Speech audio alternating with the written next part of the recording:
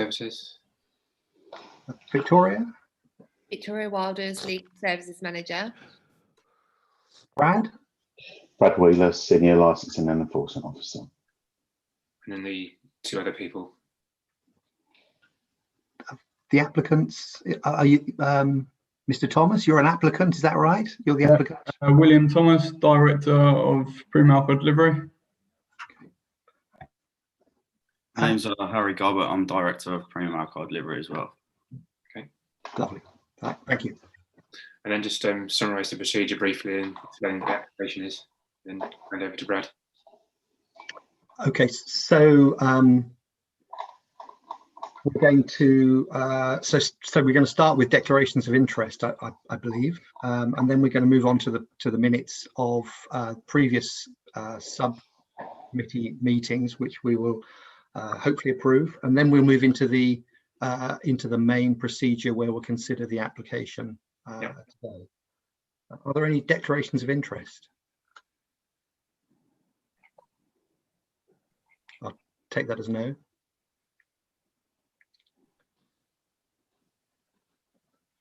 And do you want any more detailed description of the procedure today, or should we move on and do that once we start the... We do get the minutes sorted out first, and then we'll move on to that. Okay. If we move on to consider the minutes, we've got two sets of minutes. Unusually, we've got two sets of minutes for one meeting because one of the meetings was interrupted.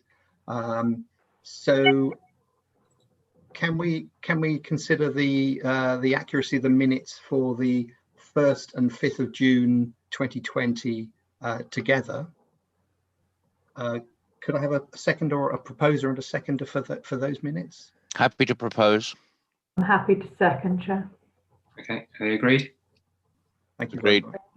Thank you.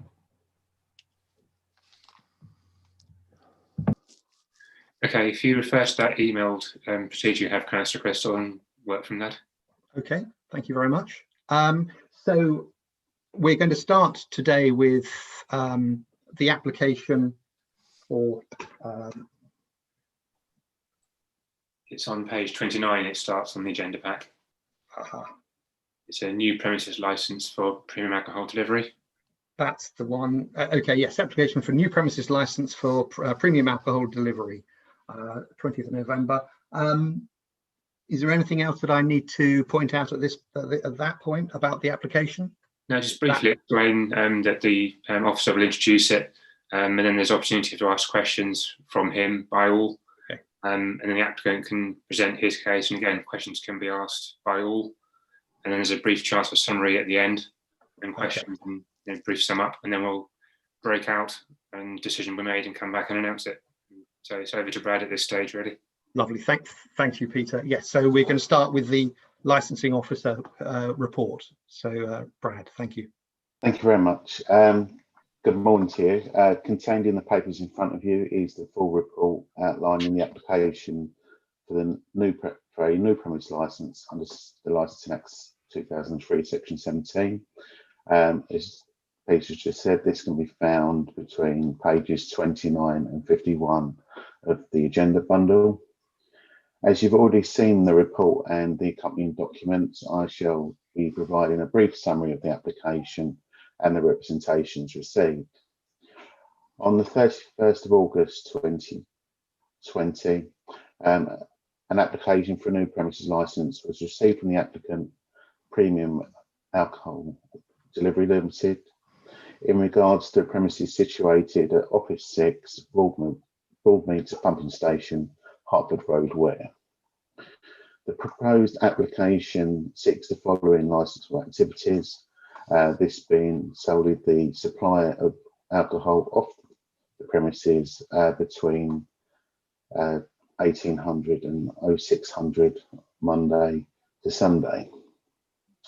The application can be found in Appendix A, starting on pages 53 to 77.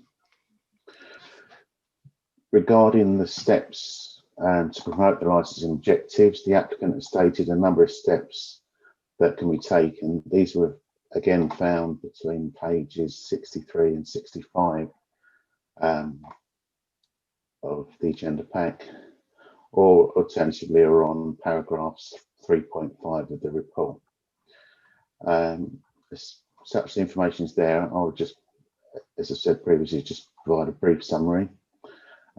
These steps include that no members of the public shall have access to the premises at any time, as the items are for delivery only. There's an age verification scheme. They describe how they're going to use their vehicles, the windows are to be closed, use of parking, and loading bays being available on site, and blackout blinds being used so not to disturb residents. These were strengthened through the conditions agreed with Hertfordshire Constabulary. Again, this is detailed in paragraphs 3.6 of the report. These steps greatly increase the CCTV, age verification deliveries, not selling single cans of beer or cider, or selling beer, cider, lager over 5.5% ABV. During the consultation period, there has been representations received. That's why we're here today. There was 12 representations received from local residents acted as interested parties in regards to the prevention of public nuisance, licensing objective, prevention of crime disorder, and the public safety licensing objectives. These representations can be found in Appendix B from page 79 of the bundle. The report looks at the East Hart Statement of Licensing Policy and the revised guidance under Section 182 of the Licensing Act 2003. The report provides information submitted by the applicant and the interested parties making the representation, and the subcommittee should determine the application with a view to promote the 4 licensing objectives. In determining the application, the subcommittee should consider if they believe the applicant has provided evidence that should the licence be granted, this would not undermine the licensing objectives. This evidence should be balanced against the evidence given by those making the representations, in that they believe obviously that the licensing objectives will be undermined. If members believe the application would not undermine the licensing objective, then the application should be granted as requested. If members believe that there is evidence that in granting the license,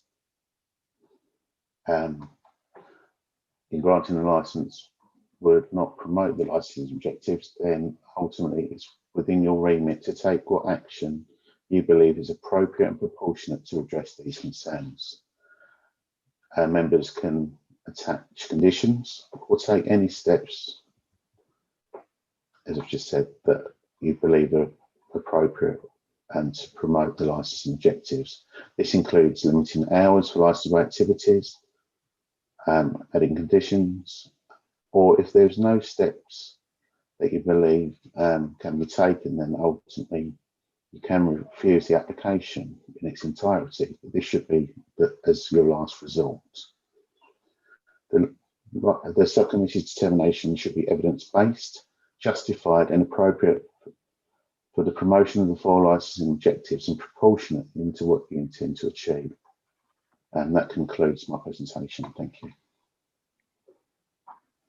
Thank you very much, Brad. So we're now open to questions. So we take them in the order of members of the committee first. Yep. And then if the applicants have any questions for Brad. Yeah. I don't think we have any other responsible parties here. Yeah. And I don't believe there are any other parties on the meeting as well. So Councillor Bolton, Councillor Andrews, do you have any questions? I go first? Yeah. Thank you. Yes, I note that there were objections from the local residents, as the officer said. Can I just clarify that whether there were any representations at all from any responsible authorities, from the planning, the police, fire, environmental health people? There was no representations from any of the responsible authorities. None of them at all. Right. On page 36 of your report, item R, it says the second point is orders will be loaded into vehicles and dispatched from a private commercial business park with allocated parking loading bays. Can I just have confirmation? Is that the actual site that we're talking about? It's not, then nothing is going anywhere else. No, this is the commercial site. From the site. But there are no representations from planning because this is just an office site, then there are no residents living there. Confirmed. Thank you very much. I think that's it for now. I don't know if Councillor Andrews, to move on to you. Yes, Brad, I don't know if you're in a position to do this, but can you confirm my assumption that there's no change of use involved here, therefore planning is not a consideration? Ultimately, I believe that the premises is a commercial site. As such, planning authority have been consulted, and as we've said, no representation was received from planning. Thank you very much. No, that's it on at this stage. Thank you very much. Thank you. I've got a question, Brad. It's not. It's really a general question, and you may not know the answer. But do you know if the site has gates? I believe. Are they normally kept locked at night? Do we know? Maybe it's hard to tell. I would recommend that that's a question for the applicant when we get to that stage. Okay. Thank you. Okay. Mr. Thomas, do you have any questions for Brad? No, I don't have any questions other than, has everyone received the statement that we have issued? Yes, I believe we've all received that. Yeah, I can quickly answer your question as well to the gates. I believe that they are unlocked. I'm not sure whether that was due to COVID because it actually has an intercom. But I can confirm that with the landlord at a later date if you require it. Thank you. Okay. We'll now move on to onto you, Mr. Thomas, if you'd like to make any statement now. Yeah. Obviously, as I said, we've attached a statement. We basically believe that it's been misinterpreted that we're going to be turning this premises into a large-scale warehouse, and we can understand that the residents have concerns of that. However, it's not the case, and we've been running our business from our current premises for over 2 years from a built-up residential area. We've never received any complaints, and we just feel like it's being blown out of proportion in some way.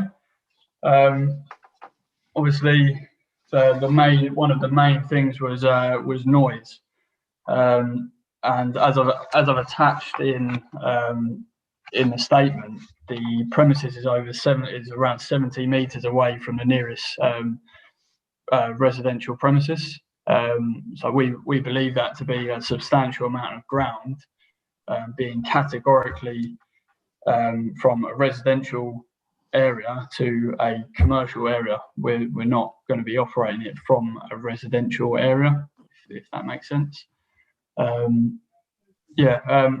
Obviously, another thing was safety of access, and another thing they think it's going to be a large scale business with lorries coming in, lots of delivery drivers. At the current moment, it's just me and Harry, so both directors. It's just us at the moment. We don't have any delivery drivers. It's just we run the company. We're a small independent company. We're not using forklifts. We deliver from our personal vehicles. The build-up of traffic, as stated in many of the objections, we feel like that would be insignificant 2 vehicles on coming out of that premises, we feel like that would be an insignificant change to the traffic coming out of that, coming onto the road.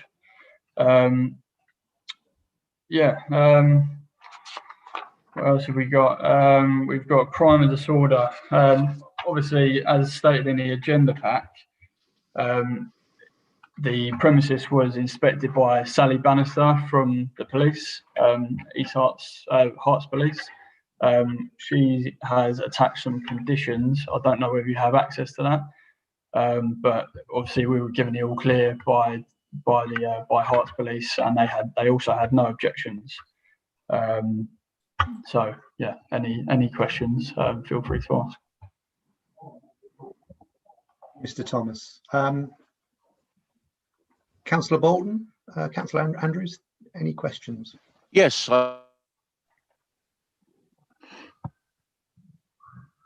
Could I just, you've got it's very comprehensive in the report. Councillor Andrews, unfortunately, we've lost you for a second. But I'd just like you to confirm for the record from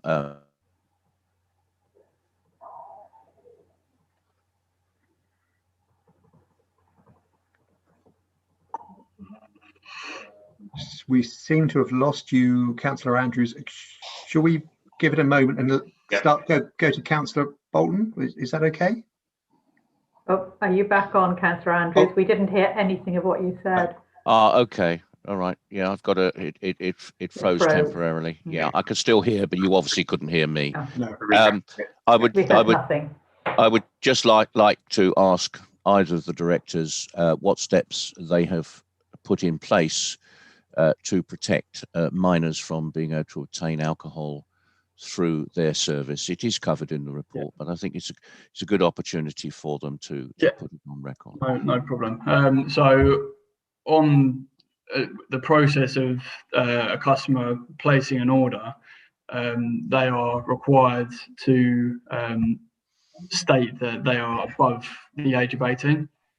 You have 2 options: over the phone, so we ask them, are you over the age of 18? Or online, there's an option that they can't get into the website unless they confirm that they are over 18. And there's also a terms and conditions tick box on the website, which state, obviously, you tick the terms and conditions to proceed with the order. And we have a challenge 18 policy when we get to the door. However, we do tend to ID most people to confirm that they are the actual person receiving the order. Okay, thank you very much for that. Yeah, my concern is basically around you're delivering to a premises and the door's opened by a giggly bunch of people who are clearly possibly not 18, because they need another couple of bottles of vodka. So okay, you're on top of that, and at the point of delivery you will be making. Yes, it's required. It is required by us, and we make that clear to them. Okay, good. Thank you for that. If I could then just ask, there has been concern from residents around noise and nuisance. From what I see of the diagram of the premises, it would appear to me that all the activities, loading and unloading, will actually take place on the opposite side of the building from the houses. Is that correct? So in terms of the allocated, in other words, behind the building. Oh, behind the building. So the parking is actually in front of the building, but if it was required to load vehicles around the back of the building, that we can have that as part of our. We're happy to have that as part of our conditions if it reduces noise. Well, no, I'm not necessarily going there. Just bear with me while I find the diagram. It seems to me, because I'm just trying to get a handle on potential nuisance. Bear with me as I flick back. I'm trying to find Peter, Brad, can you tell me what page the plan appears on? 73. Say again? 73. 73. Thank you very much. I was there a little while ago, but I'd I move also add our statement also shows a diagram where you can easily see the car park, if that's easier. You do show some routes, and I'm looking at the diagram on 73, which appears to show that there is an option to go out what you might call the back of the building. No, there's only one entrance to the premises. Okay, and that's at the front. Okay, no, that's fine. Fair enough. Thank you. Okay, reversing alarms. Is that going to be no? Not fitted. We're not driving heavy goods vehicles. We're not driving forklifts. No lorries are going to be on site. We don't need that. Okay, thank you very much. That's it from me for the moment. Thank you. Councillor Bolton. Thank you. Going back to what you mentioned, you said you ID most people, so you don't ID everyone routinely. Oh, no, we do ID people where required. So we have, as I mentioned, we have a challenge 18 policy. So that means if they look under the age of 18, we are required to ID them. So. Okay, but you get some 15-year-olds that look 18. No, we understand the seriousness of it, but we are very aware of it, and obviously we would never sell alcohol to someone that is underage. Okay, and at the moment you said it's just the two of you doing the driving. Correct. But there's the potential in the future that you may need to employ further drivers. Potentially. I mean, obviously for your business, it would be better if you got to that stage. What provision would you putting in to recruit, sort of looking, because if you've got an 18-year-old delivering to other people, they might find it a lot more difficult to challenge and cope with any problems. I agree. So as stated in our application, all delivery drivers have to be over the age of 18. They'll be trained in IDing people, and they're also another thing was that we had was delivery drivers being reckless on the road. Obviously, we're only going to recruit people that are going to have clean driver's license, don't have any previous convictions. So if it gets to that point that we do need to employ people, we will put something in place that we're going to train them properly. We can't afford to have people that we aren't sure are fully trained in IDing people correctly. But if you're looking at 18-year-old drivers, by definition, they're going to be classed legally as new drivers, so they'll be within 2 years of have achieved a driving license. But potentially, if in our conditions you want to add a minimum age of a delivery driver, we can look at that if that's your concern. Okay, and would you consider a sort of raising the age generally and having a challenge 25 or a challenge 21 year old? Yeah, absolutely. We're open to any. If a challenge 21 would be perfect, I think. I know what was given to us by Herts Police was a challenge 18, but we think a challenge 21 and challenge 25 is more than appropriate. Thank you. The other thing I wanted to say, you've already mentioned that you're already trading. Yes. So you've already got an operational business. Yes. And that's out of an sort of a domestic premises you're operating Correct, at the moment. yes. But Correct. it's presumably registered as a business and trading as a business from that address. Yes. So, and you have a license for it. Yes, correct. Yeah, good. So effectively, you're looking at just changing your address of the business. Pretty much. So the reason for so currently we're actually running out of my parents' house. So tolerant parents, yeah. Yeah, So oh, sorry, my light's gone off. So they're not being kept in the dark as well. Yeah. yeah, so the reason for moving to this premises wasn't actually to do with expansion. They're actually selling their house, so we need a premises to run it from, because obviously we're moving out. And when looking for places, we actually didn't think that we would get any objections from residents. We thought that it was probably the best premises we could get, situated away from residents. Yeah, so that's But where you are at the moment, you've had no complaints, no enforcement action? Yeah. No complaints. And to be honest with you, I'm fairly certain that many of the residents on the street don't even know that we exist. So we run a very discreet business. Okay, and you're just using regular cards then? Yeah, so at the present moment, Harry is using a small car. I'm using a small van that I've just got. It's not heavy goods vehicles at all. Right.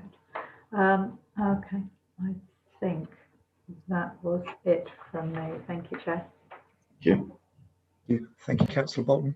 I've got a couple of questions. So just to go back, so thinking about the public nuisance issue, just returning to the gate. So the gate is going to be left open, you think, at night. I think one of the comments was about clinking chains being sort of opened and closed at night.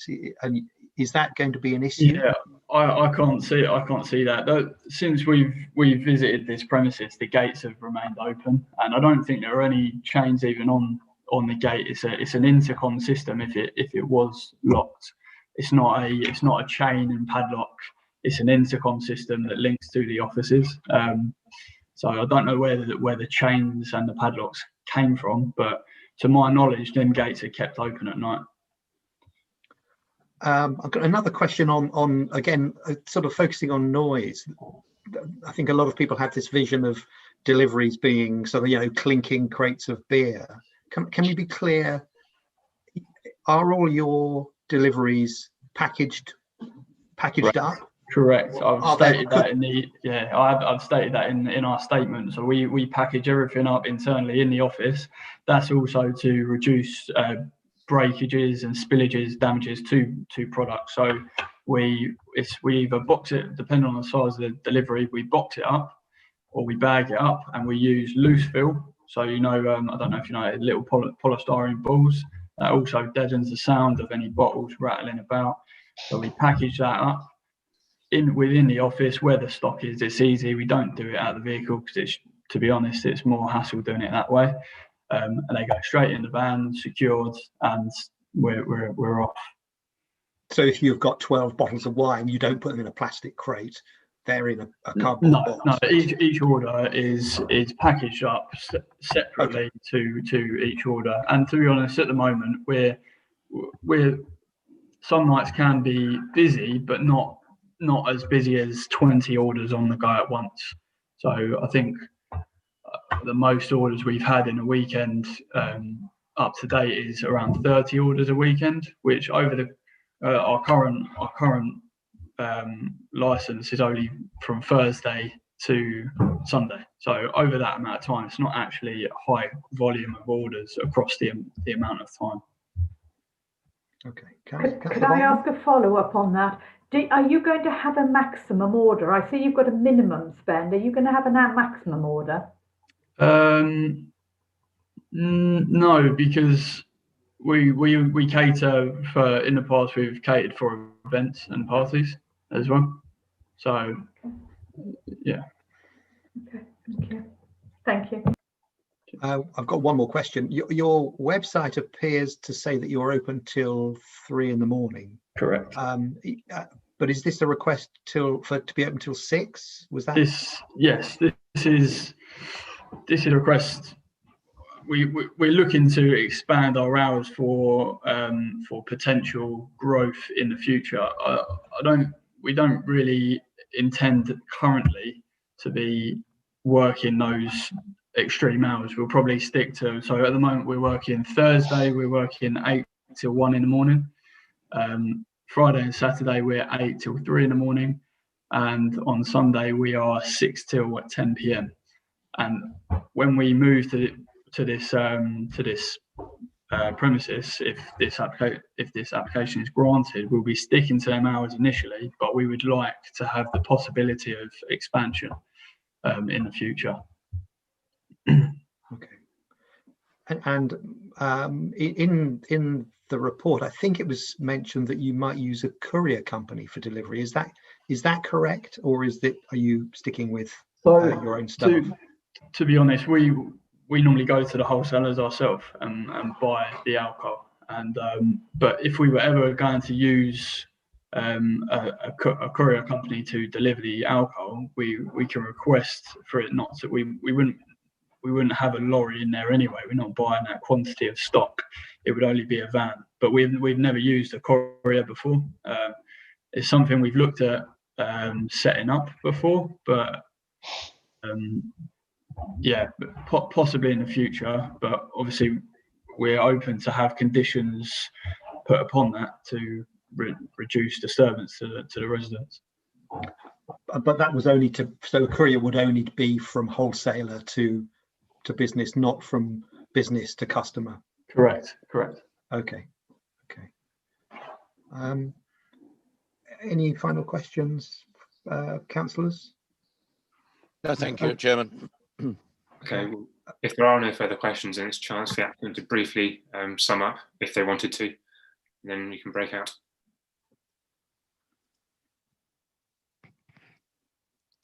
Mr. Thomas, do you have anything that you'd like to do? Do you want to sum up your application? Is there anything final? I think I've pretty much covered every point there. Well, have a quick read through this. Yeah, I mean, we've pretty much covered everything there. Yeah, I'd just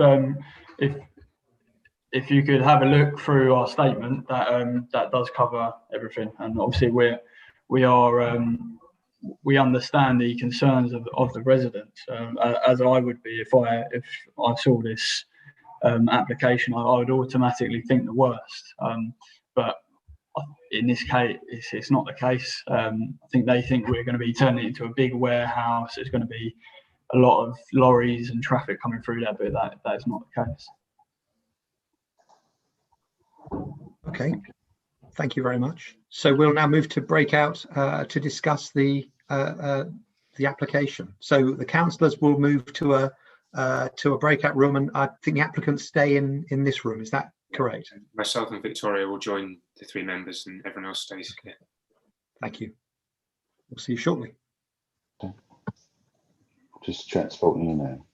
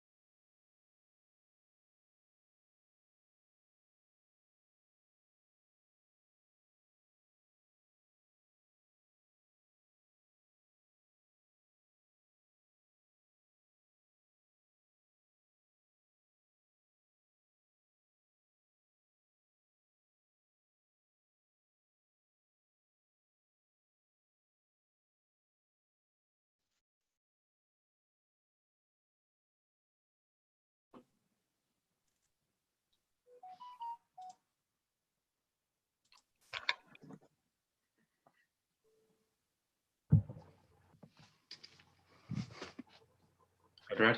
Oh, that was easy. Yeah. You're right. Have we still got the Right. application? I had trouble getting into the breakout room, Brad. It just took ages to get me in there. Yes. It's easier. Right. Okay. I believe everyone's here. Just give me 30 seconds.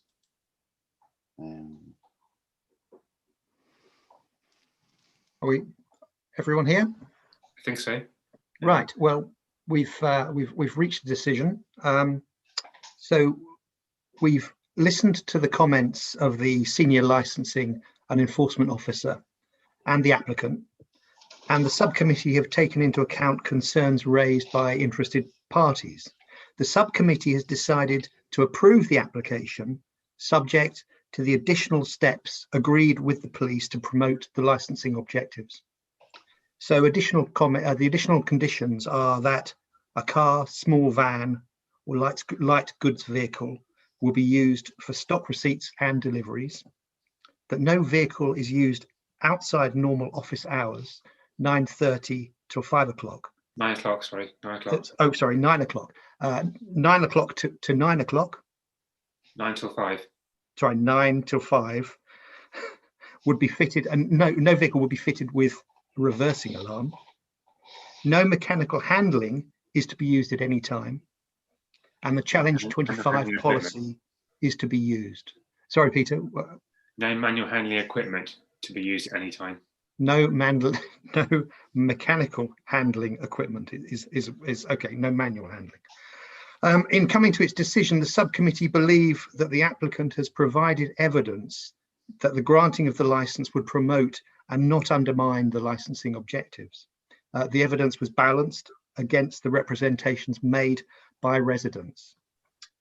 There is a right of appeal within 21 days after the decision to a magistrate's court, and the applicant will receive written notifications of this decision from Brad Wheeler.